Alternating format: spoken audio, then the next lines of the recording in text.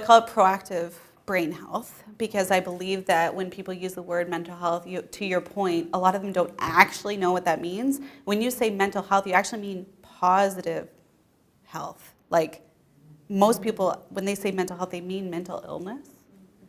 So we have this concept very confused to start with. And then what happens is, particularly from the leadership level, is we're going to talk about mental health. And they're like, yep, for other people.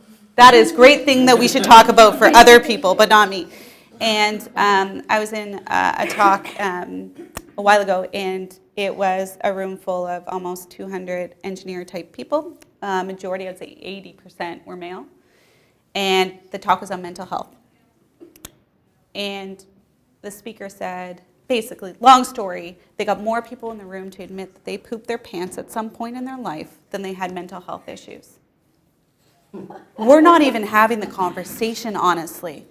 So for me, when I call it brain health, what I'm trying to target is we all want good brain health. Nobody's going to sit here and be like, no, I'm good. Like, it's a conversation. Okay, how can I get that? Instead of, oh, that's great for other people, or I don't want to lose that. It's how I can get it. So they're leaning into the conversation instead of leaning out. So much of when I have conversations with people about mental health and you start asking what they want their employees happy and performing at their best.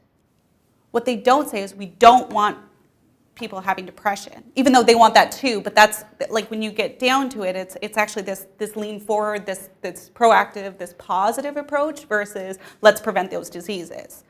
And it's the same thing with physical health, because we can say we don't want people to go on sick leave, we don't want people to have a heart attack, but honestly, your 30-something employees are not going to be with you when they have the heart attack, so why are you investing in them now? They're more likely going to switch jobs and switch careers, so why do you have a wellness program? It should be because they will perform better tomorrow, today.